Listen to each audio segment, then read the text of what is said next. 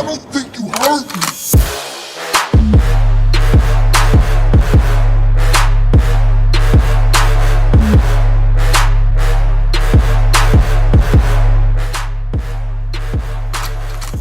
Hey, what's up you guys? Matrox Gaming here, and welcome to today's video. So, one of the most controversial characters out there in fiction is none other than the Man of Steel himself. I guess this could count as a character analysis video, but Superman is a character who many love and many hate, but I feel most of that hatred is misplaced simply because of the fact the main reason people hate him is literally just because he's an extremely overpowered character. Yet many don't seem to realize that Superman is literally the OG superhero and has been the reason behind the creation of countless other superheroes and even supervillain characters, some of which have been completely fan-made. Characters such as Sentry, Hyperion, Omni-Man, Homelander, even Goku are all based on Superman, or at bare minimum have a lot in common with them. Now, this isn't going to be a versus video, or at least not intended to be a versus video, because I wholeheartedly believe Superman wins against each one of them, but power isn't the main topic of this video, at least not intentionally. Superman being an all-powerful character obviously stems from the fact that his Kryptonian genes,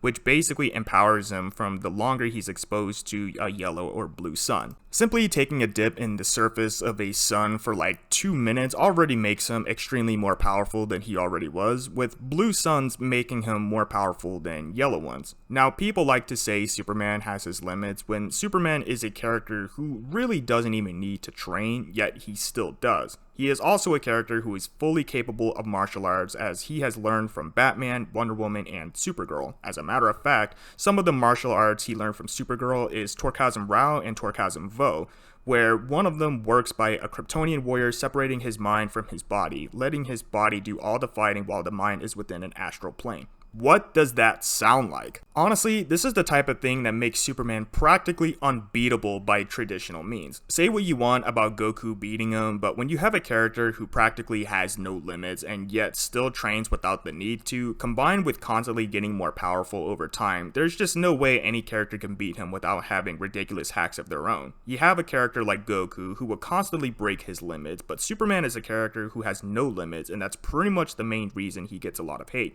People say he's not a relatable character, but that is literally the whole point. He's not supposed to be relatable. He's not supposed to lose. Superman is a character that means more than just being a fictional character. He is an ideal, a character who is supposed to inspire people to do the right thing no matter what it is you're capable of. I know I've mentioned Goku a whole bunch, but to best compare what kind of character Superman is, Goku is a character who tells himself and inspires you by saying, "You can do it," whereas Superman is a character who has to ask himself, "Should I do it?" To Superman, it's not whether he can, but whether he should. Being capable of something is Superman already knows he can do, but he has to ask himself what the right thing to do is, and that's why people love the character. It's not about strength for this guy, it's about doing what's right. Even in the times we see him go evil, he does it because he genuinely believes it's the right thing to do. In the Injustice storyline, we see Superman from Earth 2 stop holding back and finally start killing villains. Not because he intends to be a tyrannical ruler, but because he's pretty much lost everything and decided that criminals, terrorists, and planet-conquering maniacs are irredeemable, unlike what he once thought, and decided the best way to deal with evil is to give them zero chances. Everyone loves to shit on Superman, simply because of the fact that he's either too powerful or because he has idiotic weaknesses, but this is where I have to educate people. Contrary to popular belief, Superman does not die from red solar radiation. As a matter of fact, energy from a red sun simply removes him of his powers, and even then it's not immediate, so if he has enough power, he can still keep fighting for a long period of time. People also believe Superman is weak to magic, and that is just not true either. Superman is not weak to magic. He just isn't invulnerable to it like he is with pretty much everything else. So if you put Superman and any other character with no resistance to magic next to each other, it would affect Superman just like it would for the other guy. That only leaves kryptonite, which truly is a weakness for Superman. I'll give him that. But even then, there were times where Superman was able to resist, if not be completely immune to kryptonite. This all literally goes to show exactly how ridiculous Superman was intended to be. He was literally made to be overpowered and was literally built to be unbeatable, making him a huge contender for the most powerful superhero ever. We won't even talk about some of his non-canon versions, which each in itself are fucking ridiculous. Superman's power literally transcends anything that any other character was built to achieve, and that even includes godly characters such as Beerus, Thanos, and even Darkseid at times, with the only person to really kill Superman was Doomsday. And even then, Superman came back from that one as well. The thing that makes all of this so ridiculous is that Superman's canon versions were already capable of ridiculous feats such as lifting up all of eternity and lifting up infinity, and even if you want to lowball this feat and say he needed the help of Shazam and Wonder Woman, 1/3 of infinity is still infinity, which means Superman was lifting up everything else, which literally means everything else. If anything, they gave the feat to Shazam and Wonder Woman as well when they didn't even need to be there. Superman has been shown to be capable of fully reviving people, and that's normally an ability for characters who control reality or even just life or death. And I mean, it's not like Superman himself is of godly essence or anything like that. He's just an alien from a destroyed planet that just so happened to end up becoming one of, if not the most powerful character in all of the DC universe. Now granted, that feat was done by Superman Prime and he required the DNA of someone to do that, but who's gonna say Superman couldn't actually learn ways to do this? This is also the same man who soaked up enough solar energy to break out of the 6th dimension. It can't be that much of a stretch to think Superman could find ways of controlling life and death at some point in any canon storyline,